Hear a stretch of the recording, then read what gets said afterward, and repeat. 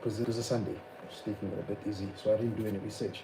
But then I felt I must talk about something that's. I was sitting there, man. This morning today, Monday, the 3rd of October. Firstly, happy new month to everybody.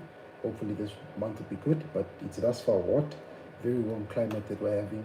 I've seen many of the experienced farmers are saying we might be experiencing some good rains. So I hope we do experience some good rains. But okay, so I felt I should have a Monday rant session, stock session. I didn't do any research on any topic, nothing. So I felt I should talk about farming.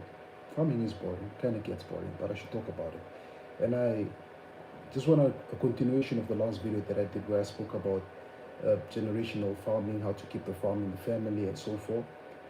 And this video, I came across a video this morning. I woke up in the morning, had my cup of coffee, went onto Twitter. I saw a video of a 9-year-old child driving a John Deere tractor. His father was driving the harvester. He was driving the tractor where the corn is collected by the harvester and put into the truck, into the trailer. A 9-year-old kid. And I was sitting there and I was like, wow, why don't we see more people of color doing stuff like this? So I said, it's easy. Because I had a conversation with a friend of mine from South Africa, Ms. Guguletu Mahlangu. You guys should check out on Instagram, check out on Twitter, check out check out on Instagram, Twitter, and on Twitter particularly because she hosts farmer spaces. Guguletu Mahlangu. She hosts farmer spaces where she talks about the various forms of agriculture. So then I saw this video, and I remember myself and a friend of mine, Ms. Gugu, once spoke about generational farming. And then I said, literally you are witnessing one generation educating the next generation. One generation is empowering the next one for the next generation to be able to take over. Because even an old kid driving a tractor, what are most of our 9-year-olds doing? Running around the house, throwing on the walls, probably attending school and getting up to all type of nonsense. But 9-year-old was helping his father harvest crops, produce. And I was just like, wow. And then I sat down and I said, then why is it that with us, this color, why don't we see that? And then it dawned on me, or it came to me to say, it's because of how we were brought up. What do I mean about this? If you notice with us, people of color, you would notice that, let's say your great-grandfather was farming during, or was on the village during the time we were colonized by the Europeans and so forth. So he was taken from his land, taken to go work on a farm or a plantation, and wasn't being paid anything for it. He had to work. Maybe they were being paid food or whatever they were being paid back in the day, but most of the time they were being exploited for that. So now that's what happened. He comes back home to your grandfather and introduces the same method of doing work, which is you as my son, every morning before you go to school, you wake up, go to the kraal, open the kraal, take the cattle out, take them across the highway to the valley where they graze, then you proceed to school. Your grandfather would do that every day of his life, and he would never receive a single dollar or a cent, anything from his father, and that's how he grew up. And most of the time is, if you didn't do this, you'd always get reprimanded. Our grandparents didn't give us hidings. Our great-grandparents were beating our grandparents. They were beating. It was beating there, serious beating. So that's how they grew up. So that indoctrinated into your grandfather. So now when your grandfather has your father or your mother, the same thing is the same method of management proceeds to the next generation, to your grandfather now. Your grandfather now does the same thing to your father or your grandmother, which is probably wake up in the morning, feed the chickens, open the gate for the cattle to go, open the gate for the goats, and then proceed to school. If you do not do this, you either don't eat. That's just the sad reality. You either don't eat, or you're gonna get a good beating by your grandfather or by his father, his or her father's hands, if you don't do this work. So that has now been the modus operandi. That was developed by your great-grandfather, by your grandfather to your father. Now your father himself also has the same mindset now. When he takes over and you are born, maybe he was the individual, he or she was the individual that did the rural to urban migration, moving from the villages to the cities. He goes into the city, he gives you a good life, puts you into a proper school. Now you're living as South Africans would say, a cheese boy lifestyle, living the cheese boy lifestyle now. And you're doing this cheese boy lifestyle. Or cheese boy, cheese girl, whichever you want to call it, a city boy lifestyle, city girl lifestyle. And your father or your mother would take you to the village every December. Now, he still has the same modus operandum that his father or her father implanted in your parent.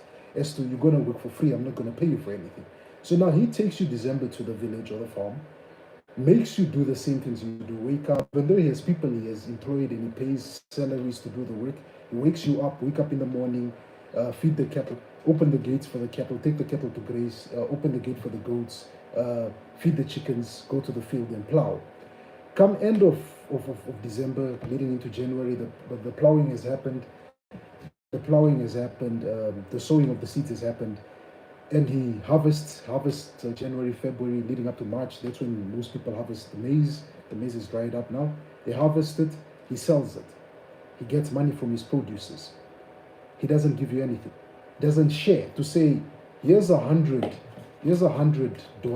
for your effort, my son or my daughter, because you were the one busy driving the tractor that was plowing. Here's $100, or here's a brand new iPhone. Maybe your kid has been asking for a phone. Here's the new iPhone you've been asking for, but because you were a good soldier, you decided to go with me to the village or to the farm, and you were helping me farm. You helped me produce and plant whatever it is I was planting. I made money from it. Here's the phone. Here's the phone you've been asking for. We don't do that. Because why? Like I said, your great-grandfather exploited your grandfather. Your grandfather exploits your who's this person? Exploits you. Your grandfather exploits your parent exploits you. Which leads now to this situation whereby now the next generation, which is now me, I am going to exploit my children because I was exploited by my parents. My parent was exploited by my grandfather. My grandfather was exploited by his grandfather. So we continued that cycle of exploiting each other. Rather than saying, me, as Mitchell Mutumba, I am going to break this. How do I break this? December, or whenever I go to my farm, I take my one son or daughter, or I take all my kids with me, and we go to the farm, and we go do the work. My kids go work 3-4 times as much as the farm workers. Come end of the holiday that they were on the farm with me, I sit down and I say, kids, man, you guys worked a bit hard. Let me give you something. Here's $500, maybe for money when the school opens up. Or you guys have been asking me about the new PlayStation, I bought it for you. You guys have been asking me about the new cell phone, I bought it for you. Why? Because I'm rewarding you because you went to the farm with me and you assisted me. So here it is. The problem that I've also studied with many of us, particularly people in the black community, we tend to put our responsibilities and we tell our children that you had to go to the village or the farm with me to go do this farming so I can pay your school fees. That has nothing to do with opinion. It is your responsibility. You decided to be a parent. So you can't come and tell your child, we had to go harvest the grapes so I could pay your school fees. This is why I'm not giving you anything. No, that's not how it's supposed to work. Your child never came into your dream and said, Dad, lay with my mother so I could be born. He or she never asked for that. You guys decided you brought him to this planet, so it's your responsibility to raise this person. So that's what you have to do. And now, there's just a sidebar, but now going back to what I was saying. Now me rewarding my children to say, look, you guys came, you helped me prepare my animals, I sold cattle, I harvested, I planted, and whatever, you guys assisted me. I'm rewarding you for that because you worked hard. It already builds that mindset of your child saying, hey man, if I go every December or every January or whenever I go to the farm, go help my father out, and he sells some of this produce and he makes money, I'm gonna get my cut. What's that going to do to a child? It's going to encourage the child to want to really be in this business, want to know, have the chickens eaten. Even your child will even start naming your chickens because he wants to be now involved because he knows there's a reward at the end of the day. But what we do most of the time as people of my skin tone, dark people, we don't do that. In other words, maybe let me use a nice word, we exploit our children. And we exploit them when we don't give them anything. These kids end up hating the agricultural thing. They end up hating the farm. They end up hating going to the village. They don't want to go to the village. When December comes, you're like, hey, we're going to the village.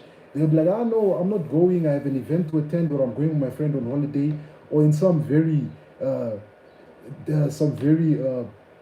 tough occasions, you might even have to threaten to lock your house up. Like, no, you people can stay, but I'm locking my house. No one is staying in my house. I know that. I've been there. I've seen it. My friends, dad would always do it when he goes to the farm or the village December, and the kids didn't want to go with him. And I'd always ask them, but why don't you want to go to the farm? And you guys have a farm. It must be nice. It's like, brah, all we do there is work, and if we don't work, we don't eat. Like, you're just working 24/7, and you're working as hard or harder than the farm workers, but you're not getting any reward on the end of the day. So I hate that. That's why I don't like going to the farm, because my dad just makes me work, and then come December 30th, December 20th, he pays the farm workers and gives them bonuses. These guys get money to walk around and buy whatever they want to do for themselves, and I get nothing. And when I ask for my cut, my father just looks at me, my mother just looks at me and tells me, how do you think your school fees is paid? That's one of the wrong things that I disagree with. And I do agree that you must share the produces with the children if they are assisting you in producing this. Like what some of our white counterparts do. Most of them do share profits. Not all of them. I'm not saying all of them do. Some do. They share profits with their kids. If it's not giving him money, it's buying him the phone he wanted, or buying him the Xbox. Or when he turns 18, a deal's probably, if you help me and he turns 16, I'll buy you a car. And they do that. They deliver the promise. Sometimes we promise and we never deliver those promises. That's the problem that I've seen. So I think we must change it. We must change the way we do it if we want to see a generational black-owned farm that is going from generation 1, generation 2, 3, 4 to generation 5, 6, and 7. We have to change it. How do we change that? Is by being fair with our children. I can give some of my stories, for example. I assisted my family also. I was running up and down like a headless chicken, going from campus, attending a lecture, getting into a bakkie to the farm every day. Cattle were sold, money was dispatched, paid for a sibling of mine's school tuition, paid for another sibling of mine who was studying outside the country's apartment where she was living. And I never got anything from that farm. I never really got produce or got any, incentive to say, here, man, here's a 500, or here's a brand new cell phone, or here's a new PlayStation, you wanted it, there you go. I never got that. I was just doing the work. I remember occasions where I have to drive to the farm, just coming out of campus. When you're done with a lecture, you're hungry, you haven't had anything to eat the whole day, you're tired, you're hungry, and the buck is waiting for you. You need to go to the farm because there's an auction happening. You need to get that check, you need to bring it back. Your sibling's school fees or tuition, whatever, has to be paid. So that's what happened with me. One side, I can say I enjoyed it because I'm a person, I love farming, I love animal husbandry, that's something that I enjoy. But the other side, I disliked it because I got exploited. I wasn't getting anything. The same thing, like I said, my great-grandfather exploited my grandfather exploited my dad. My dad, rather than trying to break that, saying, let me be fair, proceeded to do it with me. It just didn't happen on the farm. It happened even when we go to the village. I used to get nothing, and I used to plow. I used to work as harder than his own farm laborers. Or sometimes they'd even go on leave, and I took over the responsibilities of the projects. Got zero at the end of the day, which becomes frustrating. Because when I look at some of my white counterparts, my friends, some of my white friends that I can speak of, most of them, we all started farming at the same time. But because these ones, their parents had developed or had taken on a mindset of, my child was the one assisting me to prepare my 100 oxen to go to Midco to get slaughtered. I'm going to reward him for that. Or my child was planting the fields when I was sick in hospital. I'm going to reward him for that. When I look at some of these friends of mine, one right now has taken over the family farm. He's the guy who runs and manages it, doing very well. Another one didn't take over the family farm. He started business. I don't know. He bought himself some trucks, and this all came from the farm. He's got a trucking company. And then I looked at it and I said, because they worked on a reward base, they assist where they can. While we still have a very exploitative mindset of our children. This is why I'm doing this video, is to tell us, as particularly black farmers, whatever level our business is, learn to reward your children. Don't just exploit, because most of us look at our children as free labor, which is wrong in my opinion. Because like I said, your child never came to you in a dream and was never asked to be born. You and yourself and your partner took the decision to have this child. So when you're going to come and tell your child the story of How do you think I pay your school fees? That is your responsibility as a parent. That has nothing to do with their child. But their child is taking his free time that he or she could be doing what other young kids are doing, partying, drinking, going to Swakop Moon, South Africa, wherever they go and go have fun. He's taking his time to go with you to the farm to actually go help you work and make money from it. The least you can do is reward your child. Not just sit there and tell him, don't worry, I'll give you something. And then come the time when it's time to give something, you start giving stories of, hey, I had to pay, I had to, hey. That's not how it works. But yet, the people that work for you, you don't tell them, oh guys, I can't pay you now. I had to fix the borehole, I had to fix this. You pay them on time. So I think we must break that.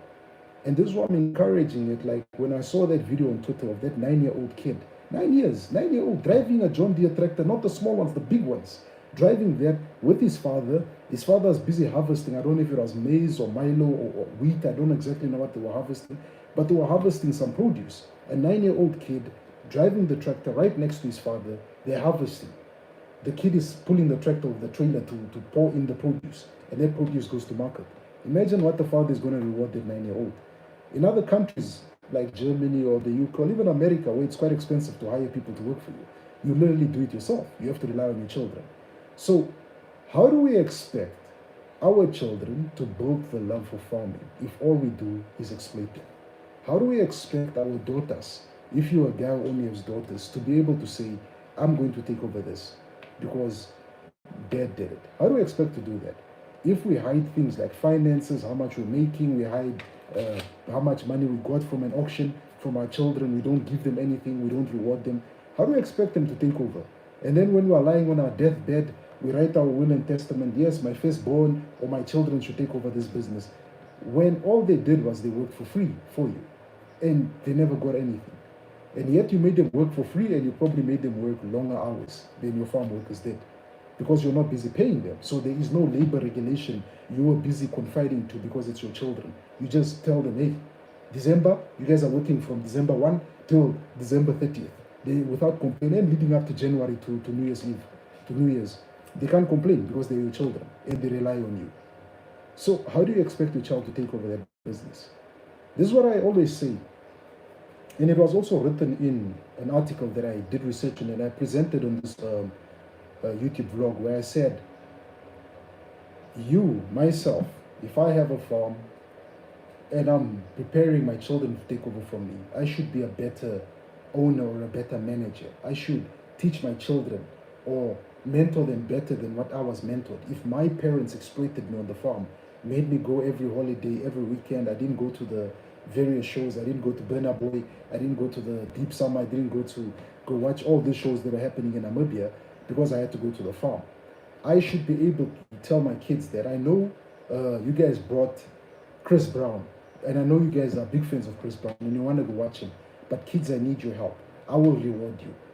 And I make them miss that show, they go to the farm, they assist me, and they miss the Chris Brown show. Why don't I reward them by either getting him or her that phone or PlayStation or whatever he wanted, or buying him a ticket, him or her a ticket to go abroad, maybe to go watch Chris Brown perform in South Africa. As a thank you, I'm rewarding my child. I'm saying, you took time from your schedule, here you go. That is what we have to start doing. That's how you build the next billionaire. This is how you build a farm that has been in one family for the last 50 or 30 or 11 years. I know a couple that have been in one family for 50 years. It's because the kids, they reward their children. While most of us, like I gave the example, your great-grandfather exploited your grandfather exploits your father exploits you are going to exploit your children. It becomes a cycle, and I call that a generational, you can almost call it a generational curse that you need to break. That you have to say that me, as Gen number 4, I'm not going to exploit Generation 5. Generation 5 are going to eat with me from this farm business of ours. If they are the ones going to the farm, if my job lets me travel out of Namibia, I'm traveling, maybe I work for a big conglomerate that's outside the country. I'm out half of the time outside the country, but my daughter and my son are the two that are putting on the boots, going to the farm, making sure that everything is running. If there's a damaged pipe, my son takes out time from his schedule, or my daughter takes out time from her schedule and goes to the farm to go do the work. Don't I think I should reward this individual? Don't I think that this child deserves me to praise him rather than just praising him, but also saying, you've been asking for the iPhone 14. I bought you one. Or you and your brother both have been asking for iPhone 14. I know they're bloody expensive, but I'm willing to take that knock because you guys are the reason why I'm able to harvest or why I'm able to still come back to a farm that's still functioning. Because you guys as my children are the ones who've been hustling. And that's what I talk about, rewarding your children. Sometimes some of our kids don't even want expensive things. Some of them just tell you, well, buy me a bucky. Even if it's an old cheap bucky, so I can just be able to get to the farm. That's all he's asking for. He or her is asking for, buy them the bucky. Don't come and sit here, hey, you want to take that bucky and you want to go pick up girls and drive all over the place. That's the negative mindset we have. So I think we, as I'm Gen 3. If I count my granddad, I'm Gen 3 after my granddad, my father. I should be able to say that I'm going to break this curse. I'm going to reward my kids. I'm going to reward them for everything they do. If they're helping me agriculturally, I will reward them. If they're helping me with my YouTube channel, one day when they're big and they know how to handle those things, make the jingles, make a background, all those things, I'll reward. Like you pay dividends to your shareholders. Why is it that our own, we don't pay dividends to them? Why is it that we feel like it's okay to exploit whether it's your children or your little brother who's probably unemployed? You exploit him, you don't really pay him, all you give him is just a car, and probably he has to see for himself how to put fuel in that car to get to the farm. But yet you don't reward him. Yet he is literally the spine that is keeping, or let me say the heartbeat that's keeping the farm running. Why don't we want to reward our people, but yet we are ready to exploit them? So I think that's something we as black people need to identify, and I'm a generational curse, because like I said, your great-grandfather was probably exploited by white people. He went on to exploit his son went to exploit his son, now his son is exploiting you. So don't you think at some point we need to, at some point we probably need to do this. We probably need to cut the cord and end the exploiting and start rewarding our people. Those who are really doing the work, those who are really making sure that your agricultural business, your farm, your village, whether it's those who are lucky to buy farms, your farm, those who can't, and it's a village, your village is still able to produce wealth for you, while at least you're not around, while at least you are probably working in the city or probably working in Dubai. So I think this is something we must address, and this is something that we need to do as people, black people of my skin tone, even white farmers who are here. If you are busy exploiting your kids, don't you think you must change it around? Don't you think it's time that you start rewarding your children, or you reward your brother who's assisting you? Don't you think it's time we do things the honorable way? Let's reward those that are really grinding for us, and stop just exploiting because probably your son just finished school and you're exploiting him, or your brother was one of those children that probably finished school and can't get a job and are sitting at home, so you decide to take him so he can work for you on your farm. But rather than rewarding him and paying him on time and treating him and actually treating him like he's important, you treat him like dirt, and you always threaten to fire him, and you always treat him bad because he's your small brother or he's your son or your daughter.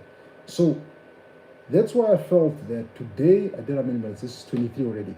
That's why I felt that today, rather than doing a research topic where I just come recital something from Farmers Weekly or recite something from a beef magazine or Landbo or wherever, I thought I should just come talk, man, have a heart-to-heart, trying to encourage us to always do better. I've always said, as black people, we do farming, but we need to start doing it the right way.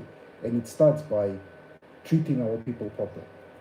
Treating your children, not exploiting your children, rewarding them for good work, rewarding your siblings for good work, paying your farm workers on time, treating your farm workers with respect, because remember, this is someone's father or mother. Respect them, treat them with dignity, pay them on time, and treat them as if they're human beings. If we can start doing that, maybe we can start seeing a farm that will probably outlive us, or an agricultural business that will outlive us and still be running in the next 5 to 6 years, or names would still be known by 10 generations. Because like one advisor who I always check out, maybe you guys check out this man, shout outs to Mr. Gerald Mwanyambira. He wrote a book which is My Money. He wrote a book, My Money, and he wrote another book called Black Tax. Check him out.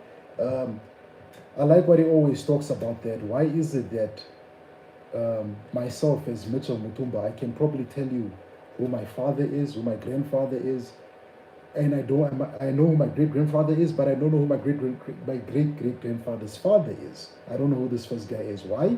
Because he didn't leave any money. But yet you go to a family like the Rothschilds, or you go to the Rockefellers, or you go even here, let's take it to Namibia, the ONLs, Owen Lists, or you go to the Pukovits. Ask them, who's their grandfather? Not the young generation will say Mr. Harold Pukovits. Ask Mr. Harold Pukovits' generation, who's their grandfather? They'll tell you. Everybody can tell you who was the father till a certain point. Why? Because they left chelete, they left money, they left assets, they left mari. Understand this, because they left money, these kids can even tell you who their great-great-grandfather is. And this is why, if you know the Rothschild family, they can literally tell you who the founder of the family was, leading up all the way to the current generation. Because Mr. Gerald Manyambira says, why? Because they left money. Money speaks loud.